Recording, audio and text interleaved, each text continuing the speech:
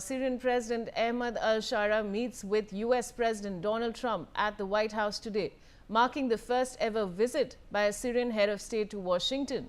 Al-Sharaa arrived in the U.S. capital over the weekend and ahead of the landmark talks. This is the second meeting between the two leaders this year. They previously met on the sidelines of a summit in Saudi Arabia in May. Al-Sharaa, the former leader of Hayat Tahrir Al-Sham, a group once affiliated with Al-Qaida, led the rebel offensive that toppled Bashar al-Assad last December and was named Syria's interim president in late January.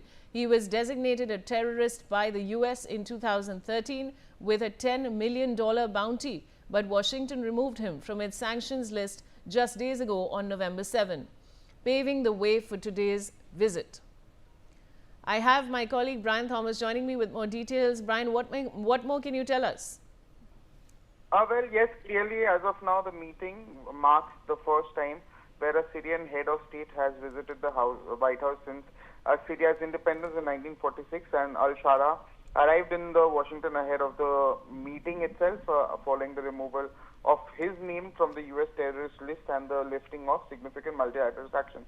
Both leaders are also set to engage in one-on-one and delegation-level discussions covering a wide area of issues, which is Syria's reintegration into the international community, Syria's potential entry into or cooperation with the U.S.-led coalition against Islamic State of Iraq and the Levant, that is the IS, lifting of sanctions and reconstruction aid for Syria, regional security, counter-terrorism, and even the future of Syria-U.S. relationship.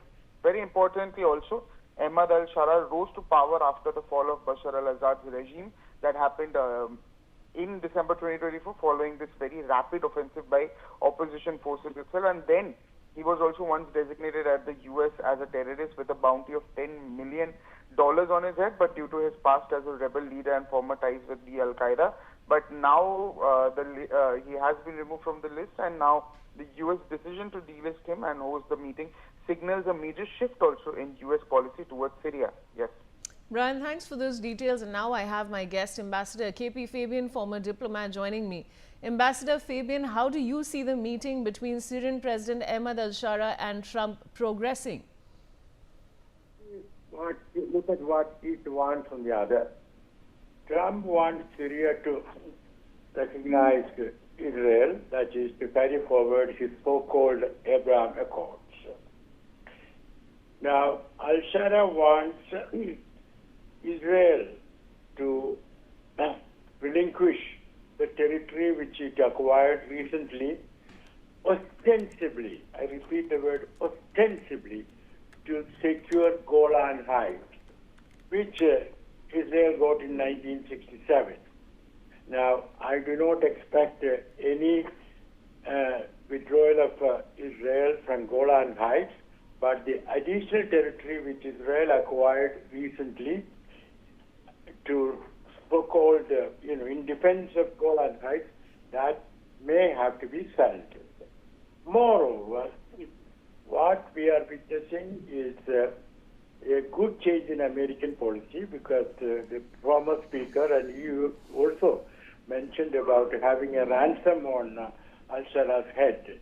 Yes, once they declare someone as a terrorist, it takes a long time for the United States to delete that person's name from the list. For example, in the case of Nelson Mandela, even after he became president, his name was on the list of terrorists.